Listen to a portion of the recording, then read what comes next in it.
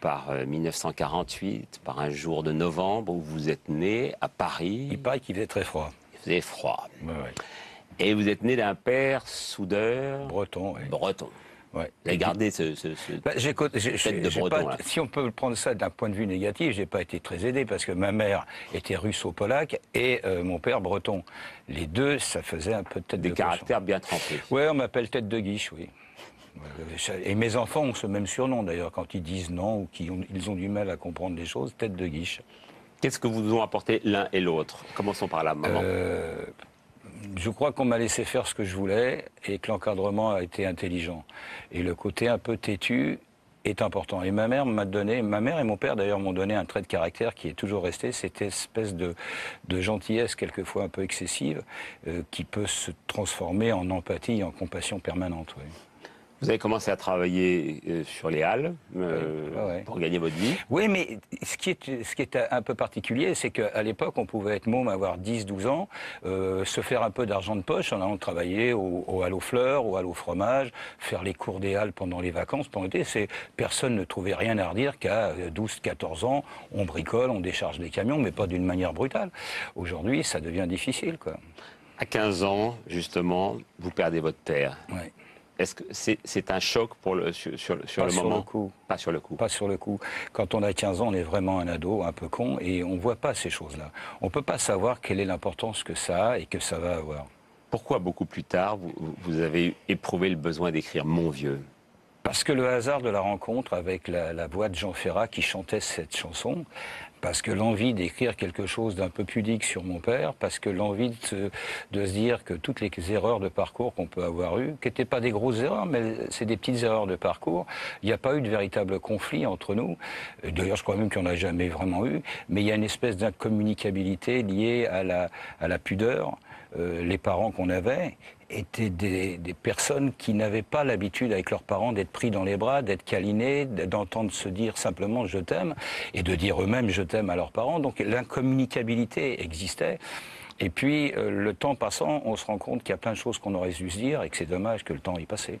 Il n'y avait pas d'expression des sentiments à ce moment-là, dans ces générations-là. Mais j'ai rattrapé le coup, c'est-à-dire que depuis cette époque-là... Avec vos enfants? Ah ouais, ouais. Pour moi, la plus belle chose qui soit au monde, qui vaut tous les rendez-vous, toutes les fortunes, tous les hit-parades, c'est un môme tout petit qui dit « Papa, je t'aime ». Vous en avez eu combien d'enfants? 7. 7.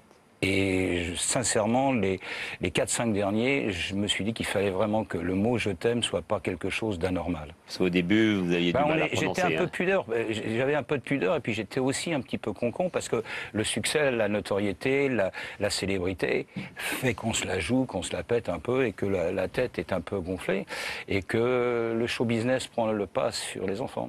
Quand vous étiez jeune, quand vous avez abandonné l'école, justement pour faire les halles et d'autres choses encore, est-ce que vous avez été proche de la sortie de route? Est-ce que vous avez fait des... J'ai failli, oui. J'ai failli, mais c'est les circonstances de la vie qui m'auraient amené à sortir de la route. C'est-à-dire la contrainte, véritablement. Être malhonnête pour être malhonnête, non, jamais. Vous avez commencé à chanter très jeune dans les cabarets. Je disais Aristide Bruant, c'est quand même un beau poète. Et la photo d'ailleurs, là, c'est bien avant, parce que je devais avoir 15-16 ans, c'était Antoine qui chantait Les élucubrations. Ma mère m'a dit, Antoine, n'a pas dire... vous avez gardé les cheveux longs, lui. De toute façon, plus ma femme me dit d'aller les couper, plus je laisse pousser. D'accord. Donc, vous faites les cabarets. Je disais que vous chantiez Aristide Bruant. On a un peu oublié aujourd'hui, mais c'était quand même un grand... Montmartre, quand même. Montmartre. Vous vous sentez très poulbeau, très parisien. Il en reste quelque chose, oui. Il en reste quelque chose, oui. Et comme j'habite dans le Sud depuis presque 25 ans, j'ai l'accent de l'immigré presque intégré, oui. Vous êtes retrouvé au Stock chez Eddie Barclay. Tout en étant artiste. Ouais.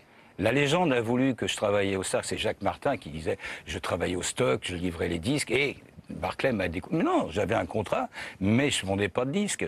On faisait des maquettes, ça marchait pas. Mais comme il n'y a pas de sous-métier, j'ai travaillé au Stock. Donc vous rangiez les disques des autres? Ouais, je rangeais. Et un petit plaisir, c'est quand il y avait des invendus. C'est-à-dire que quand un disque avait fait un tube, on en avait mis 200, 300, 400 000. Puis après, il y avait ceux qui revenaient quelques mois après, qui étaient les retours. Et là, il fallait les casser. Et ça vous faisait plaisir? Pas trop, mais un peu quand même. Ah oui.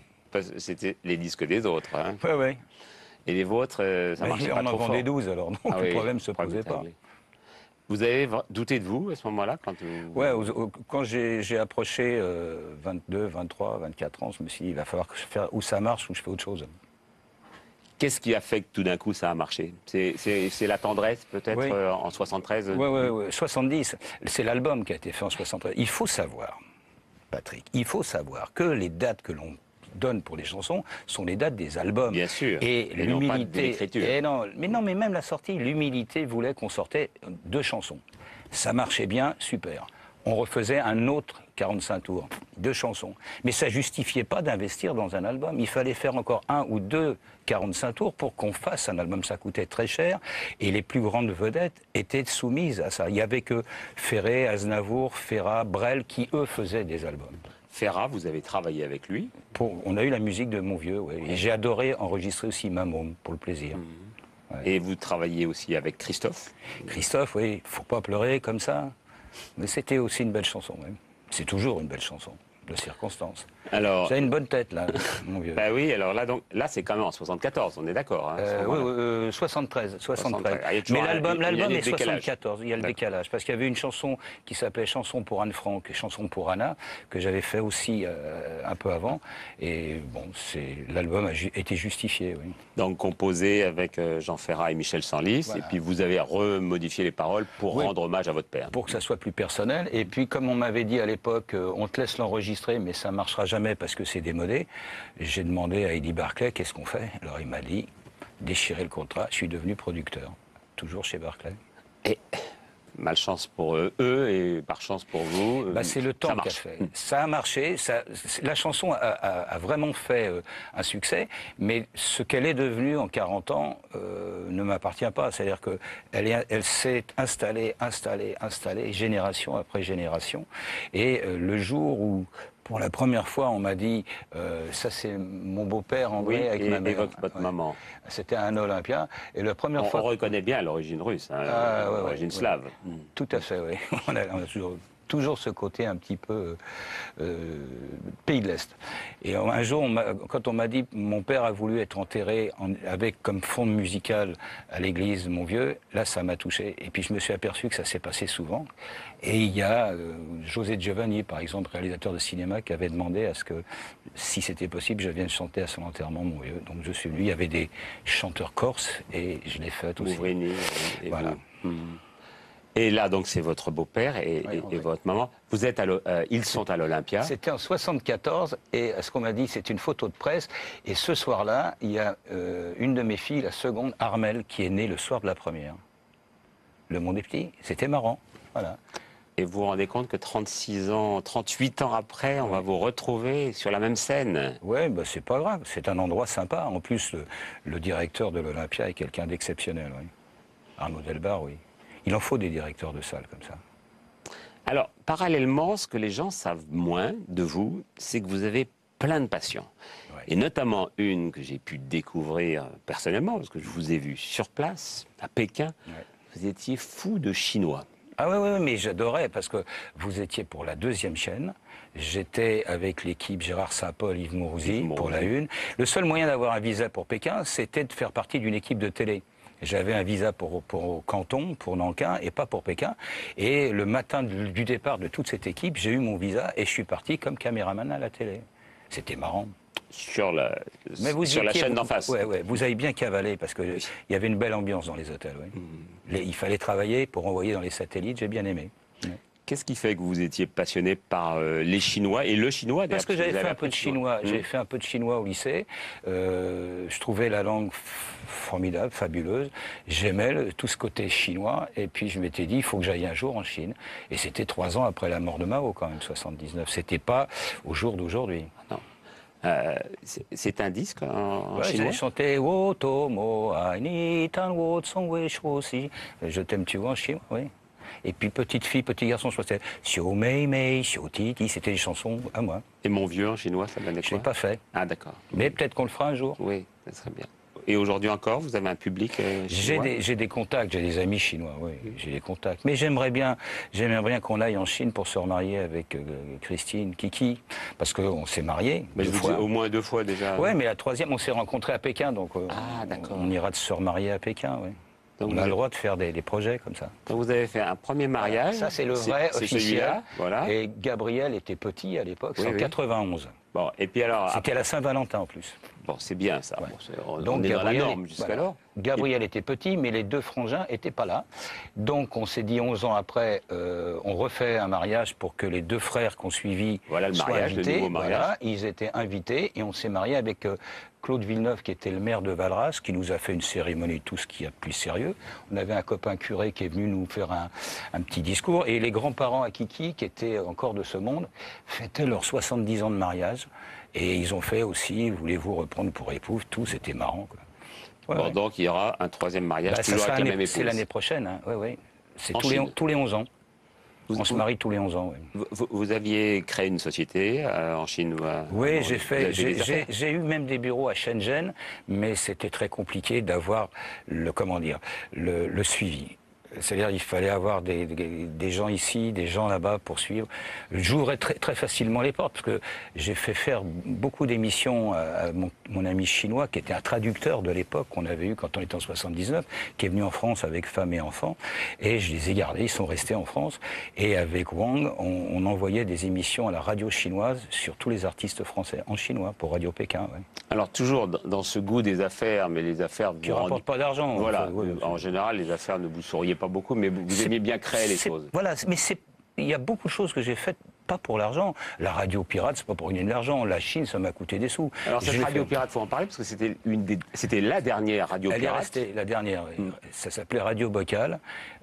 C'était d'ailleurs commencé d'un petit bocal. Ouais, mais c'est parce que Radio Bocal, c'était un peu facile, mais ça me faisait marrer. Et c'était du français 24 heures sur 24. Enfin francophone. De la chanson française. Hein. Chanson française ou francophone, parce que Elton John chantait Je veux de la tendresse, John Baez chantait Plaisir d'amour par les... Oui, c'est ça, Plaisir d'amour. Il y avait des artistes étrangers qui chantaient en français. Mais c'était du français tout le temps, par réaction. Donc j'ai eu déjà le label de Réac à l'époque. Voilà. C'était marrant. Et alors, vous l'avez revendu, vous avez revendu cette fréquence. Non, la fréquence, vous n'avez jamais obtenue. Non, mais comme j'étais pirate, je ne l'avais pas, et c'était Europe qui l'a eu. Mais il a fallu qu'on se mette d'accord pour que j'arrête d'émettre. Ah, bon, d'accord. Surtout, vous étiez très haut. Hein, à la Défense. Sur le toit de la Défense. Voilà. À la Défense, oui. Toujours dans vos projets, parfois il y a des projets un peu farfelus, mais en même temps... Des idées, plus que des projets, sont des idées. Vous avez été assez loin pour aider le professeur Schwarzenberg. Oui, parce que un jour, on s'est retrouvé chez Eddie Barclay, et il y avait Frédéric Rossif, il y avait plein de gens, et Léon Schwarzenberg, pendant le repas, disait « Je passe plus de temps à chercher de l'argent pour essayer d'améliorer les choses que de soigner profondément. » Et on s'était dit, bon, on va faire une tournée. Et puis j'avais récolté un peu de sous avec plein d'artistes. Il y a une quarantaine d'artistes. J'ai fait 2 ans de tournée. Et on a acheté une IRM qu'on a donnée à un hôpital. Voilà. Ouais. Et discrètement. En fait, vous faisiez tout. Ouais. Je me suis retrouvé tout seul, oui, comme souvent. Ah oui. Comme souvent dans ces cas-là. Les gens disent oui, et puis après. C'est-à-dire tout le monde dit oui, et puis ils peuvent plus, quoi. Ils n'ont pas le temps. Bon, c'est pas grave. Et quand il faut y aller, j'y vais. Et à ce moment-là, Coluche vous avait dit. Coluche m'a un jour, c'est très marrant parce que j'étais sur RTL et lui il faisait son émission sur Europe et à l'antenne directement il a fait passer le message. Bon, la Guiche, je sais que tu es à côté, quand tu as fini appelle-moi. Donc au standard d'RTL on me dit bah écoute, il y a sur Europe Coluche, il faudrait que tu l'appelles. Donc je l'ai appelé, on a dîné ensemble comme ça arrivait souvent et il m'a dit je vais faire quelque chose mais je ferai pas comme toi, j'attendrai que tout soit bordé.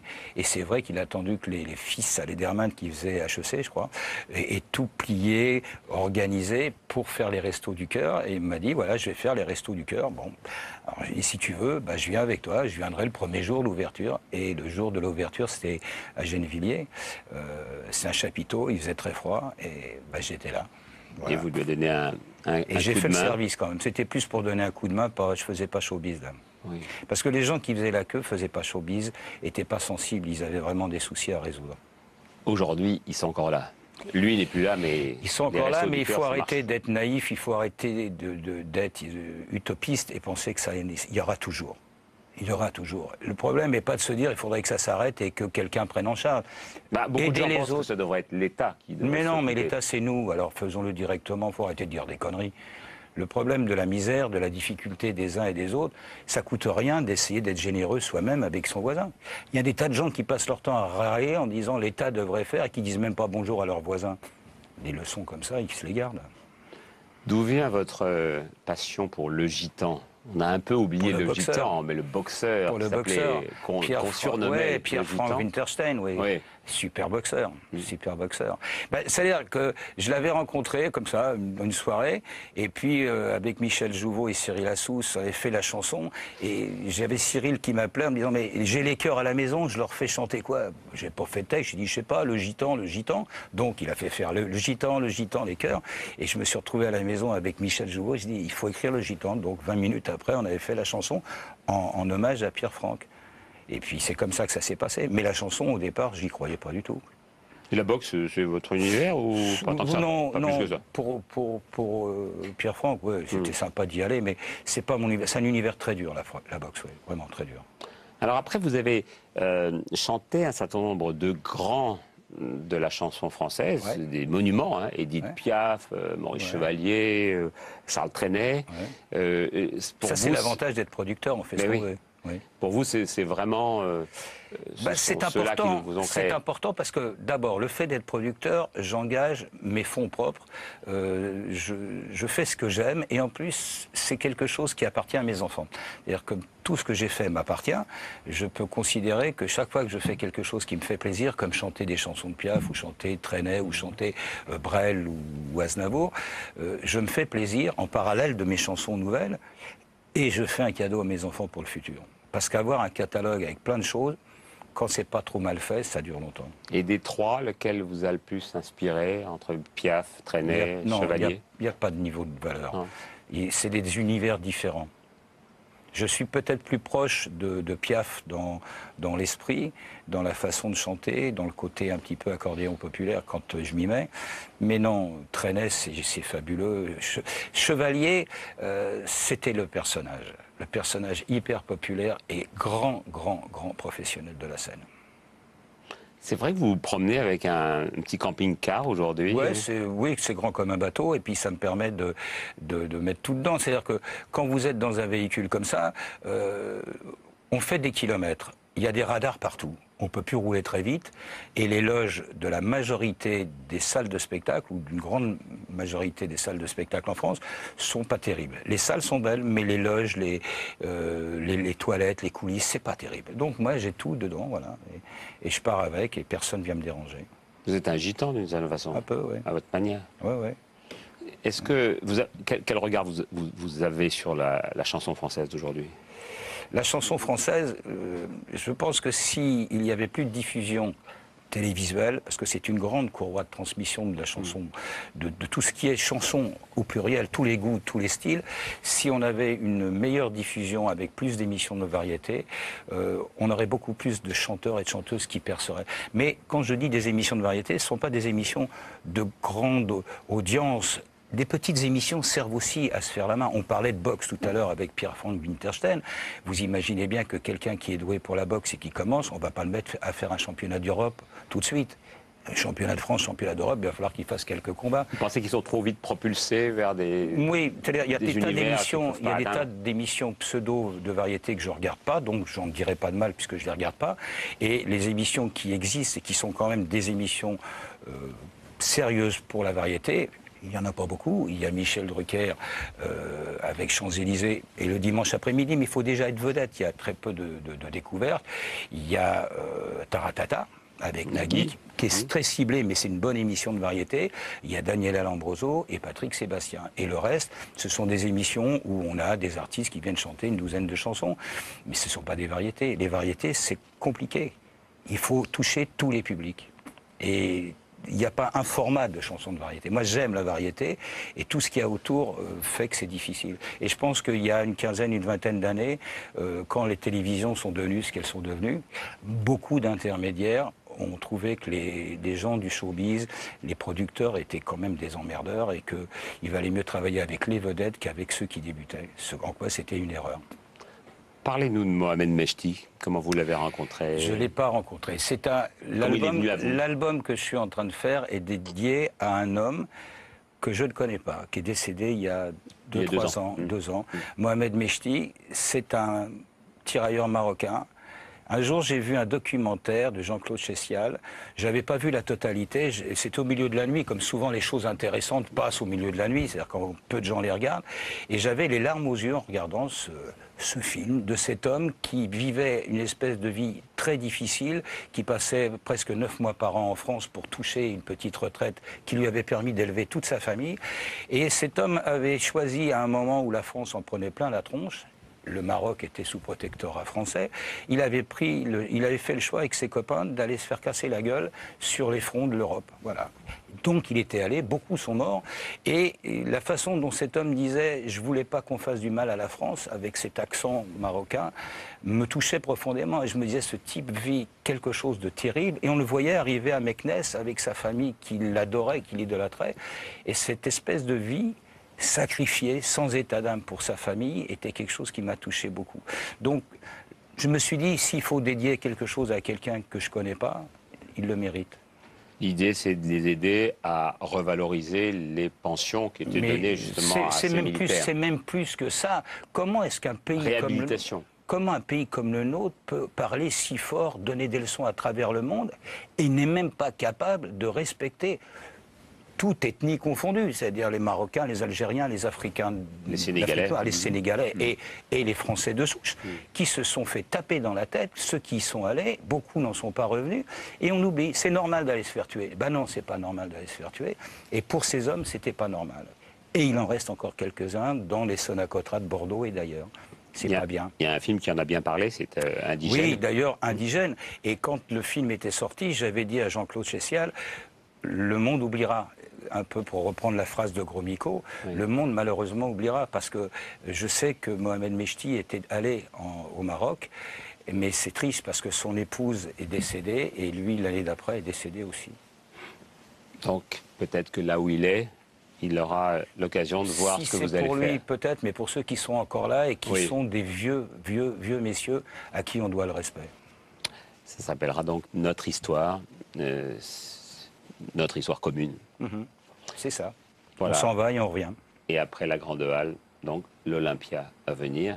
Et vous n'arrêterez jamais, vous ne poserez jamais votre je sais pas. Ouais, si, peut-être un jour. Ah bon? Je suis assez caractériel. Peut-être qu'un jour, je dirais, j'ai plus envie. Mais pour l'instant, ça roule. S'il fallait résumer votre vie par un titre de roman, de chanson, de ce que vous voulez. Je vais vous dire une chose que je dis plusieurs fois par jour. Ça va aller. Et en général, ça va? À la fin On se démerde? Oui. Non, on se débrouille. On se débrouille. Alors, puisque vous êtes fils d'un Breton, je vais vous présenter un autre Breton. Éric Orsena, que voici, qui est en fait plus breton d'adoption, où il y a beaucoup de sang breton qui coule. Non, il y a breton d'adoption, mais je suis très, très ému parce que j'ai entendu de Nénel Guichard. Parce que moi, j'avais été aussi scandalisé par ce refus de la France d'honorer ses dettes. Et j'écris un téléfilm qui s'appelle La Dette, justement pour voilà, dénoncer ça. Et on appelait ça la cristallisation. C'est-à-dire qu'à un moment de 1959, le général de Gaulle, à qui on doit tellement de grandes choses, a été petit et a dit qu'on arrêtait la revalorisation des retraites. Alors que pour les autres, ça continuait à exister. Pour les autres, ça continuait. Et donc ça m'a, mais vraiment, comme la dette de sang. Et puis petit à petit, ça s'est amélioré. Mais ça s'est amélioré pourquoi? Parce que tous ceux qui avaient donné leur vie pour la France étaient morts. Les uns après les autres. Étaient morts. Donc j'ai été très très touché par ce que vous avez dit. Ne perdez jamais de vue que ce ne sont pas souvent les premiers hommes politiques au premier rang. C'est les courroies de transmission derrière. Oui, mais enfin, je veux dire, écoutez, moi j'ai un respect immense pour le général de Gaulle. Oui. Mais la manière dont il a traité ces gens-là et dont il a traité les harkis, ça reste là. Voilà, c'est tout. Dans toutes les vies, il y a des dossiers sombres. Et ceux-là, c'est des dossiers sombres. Éric Orsena, s'il fallait résumer votre vie, qu'on ne connaît pas encore, parce qu'on va y passer là maintenant, vous allez y passer en tout cas, par un titre de roman. Liberté. Liberté. Plus que jamais liberté. Il y a tout dans liberté. Il y a le respect, il y a l'aventure, il y a le risque, il y a la tradition, il y a tout. La liberté, c'est la réinvention. La vie, c'est notre chef-d'œuvre à nous. Hein. C'est notre chef-d'œuvre à nous. Et tous ceux qui ne sont pas préoccupés de leur vie à eux, c'est ceux qui ont emmerdé le plus le reste. Les proches. Les proches. On va décliner la liberté en vous remerciant. Merci Daniel à vous. Guichard. Merci beaucoup. Donc, je le disais,